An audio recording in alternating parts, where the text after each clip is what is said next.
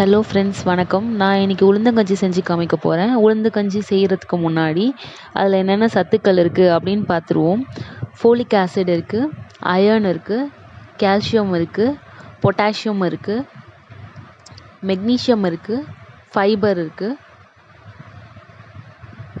சரி, okay friends, வாங்க நம்ம இப்போ வீடியோக்குள்ளே போகலாம். நான் இப்போ 1 கப் உளுந்து எடுத்திருக்கேன். நீங்கள் கருப்பு உளுந்து வேணாலும் எடுத்துக்கலாம்.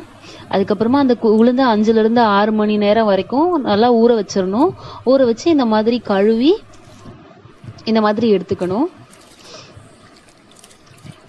ஓகே, நம்ம இப்போ கழுவி எடுத்தாச்சு. நம்ம ஒரு மிக்ஸி ஜாரில் போட்டு அரைச்சிடலாம். நல்லா பேஸ்ட்டாக அரைச்சிக்கணும் ஃப்ரெண்ட்ஸ்.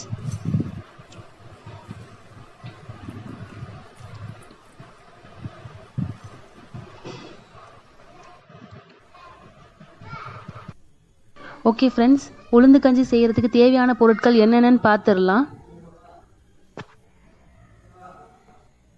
கொஞ்சமாக தேங்காய் திருகல் எடுத்திருக்கேன். அதுக்கப்புறமா மாவு நல்லா அரைச்சி, கொஞ்சம் தண்ணி ஊற்றி நல்லா அரைச்சி எடுத்துக்கோங்க.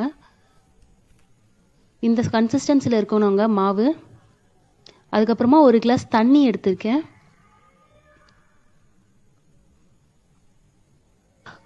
ஒரு கப் உளுந்துக்கு 2 கப் ஜாகரி எடுத்துக்கோங்க ஃப்ரெண்ட்ஸ்.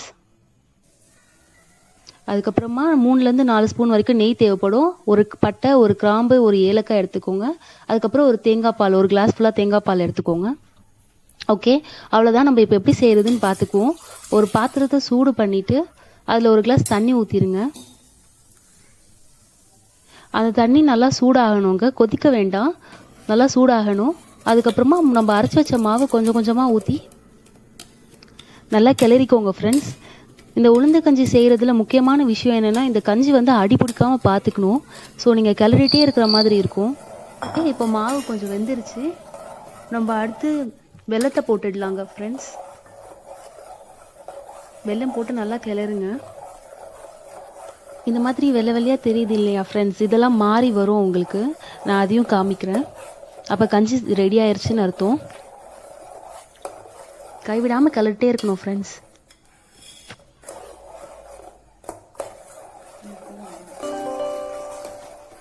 இப்போ பார்த்தீங்கன்னா உங்களுக்கு கஞ்சி நல்லா மாறி வந்திருக்கு. இப்போ 1 கப் தேங்காய் பால் எடுத்து அதில் ஊற்றிடணும் ஃப்ரெண்ட்ஸ். ஊற்றிட்டு நல்லா கிளறுங்க. நல்லா மிக்ஸ் ஆகணும். கொஞ்சம் நேரம் நல்லா வேக விடுங்க. ஒரு 5 நிமிஷம் கழித்து நல்லா வெந்ததுக்கப்புறமா கொஞ்சோண்டு தேங்காய் திருகல் போட்டுக்கோங்க.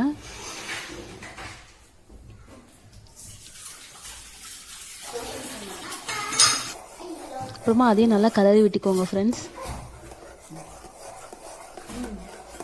இப்போ நம்ம நல்லா கலரியாச்சு, வச்சிடலாம் ஃப்ரெண்ட்ஸ். 4 ஸ்பூன் நெய் எடுத்துக்கோங்க.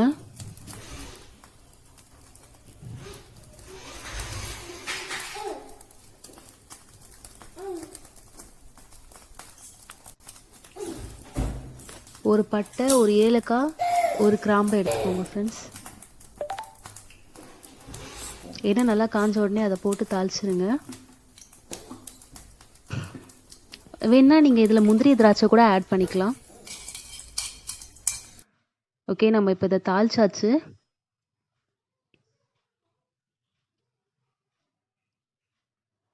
இதில் எடுத்து போட்டுருணும் ஃப்ரெண்ட்ஸ். நம்மளோட கஞ்சி இப்போ ஆல்மோஸ்ட் ரெடி ஆயிடுச்சு. அவ்வளோதான் ஃப்ரெண்ட்ஸ். நல்லா மிக்ஸ் பண்ணிடுங்க. எல்லாத்தையும் நல்லா கலந்து விட்டுக்கோங்க. கஞ்சி பார்த்தீங்களா, கொஞ்சம் கூட அடி பிடிக்கவே இல்லை. இந்த மாதிரி பக்குவம் வரணும் ஃப்ரெண்ட்ஸ். இந்த மாதிரி வந்துச்சுன்னா உங்கள் கஞ்சி ரெடி ஆயிடுச்சுன்னு அர்த்தம். அவ்வளோதான் ஃப்ரெண்ட்ஸ், நம்ம கஞ்சி சூப்பராக ரெடி ஆயிடுச்சு.